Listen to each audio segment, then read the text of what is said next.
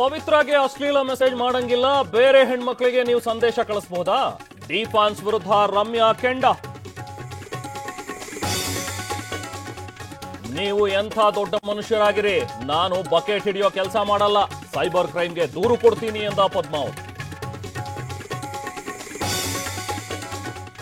ಜಗಳ ಆಗ್ತಿದ್ದಾಗ ರಕ್ಷಕ್ ಹೇಳಬಹುದಿತ್ತು, ಬುಲೆಟ್ ಮಗನ ಮೇಲೆ ಪ್ರಥಮ್ ಬೇಸರ, ಅವರನ್ನ ಯಾರು ಮುಟ್ಟೇ ಇಲ್ಲ ಎಂದ ಬಿಗ್ ಬಾಸ್ ಮಾಜಿ ಸ್ಪರ್ಧಿ.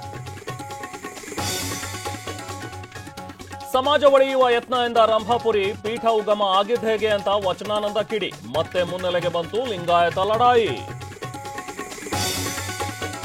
ಎಸ್ಸಿ ಎಸ್ಟಿ ಹಣ ಮತ್ತೆ ಗ್ಯಾರಂಟಿಗಳಿಗೆ ಬಳಕೆ, ಇನ್ನೊಮ್ಮೆ ವಿವಾದ ಮೈ ಮೇಲೆ ಎಳೆದುಕೊಂಡ ಸರ್ಕಾರ, ಬಿಜೆಪಿಗೆ ಸಿಕ್ತು ಮತ್ತೊಂದು ಬ್ರಹ್ಮಾಸ್ತ್ರ.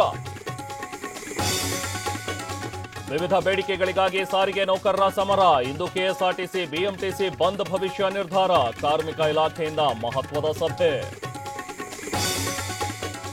ರಾಜ್ಯದಲ್ಲಿ ಯೂರಿಯಾ ಕೃತಕ ಅಭಾವ, ಸರ್ಕಾರದ ವಿರುದ್ಧ ಜಿಲ್ಲಾ ಕೇಂದ್ರಗಳಲ್ಲಿ ಬಿಜೆಪಿ ಧರಣಿ, ಮಣ್ಣು ತಿಂದ ರೈತನ ಮನೆಗೂ ಇಂದು ಭೇಟಿ. ನಾಲ್ವಡಿ ಕೃಷ್ಣರಾಜ ಒಡೆಯರ್ಗೆ ನಾನು ಅವಮಾನಿಸಿಲ್ಲ, ನನ್ನ ಹೇಳಿಕೆಯನ್ನ ತಪ್ಪಾಗಿ ಗ್ರಹಿಸಿದ್ದಾರೆ, ಕ್ಷಮೆ ಕೇಳಲ್ಲ ಎಂದ ಯತೀಂದ್ರ.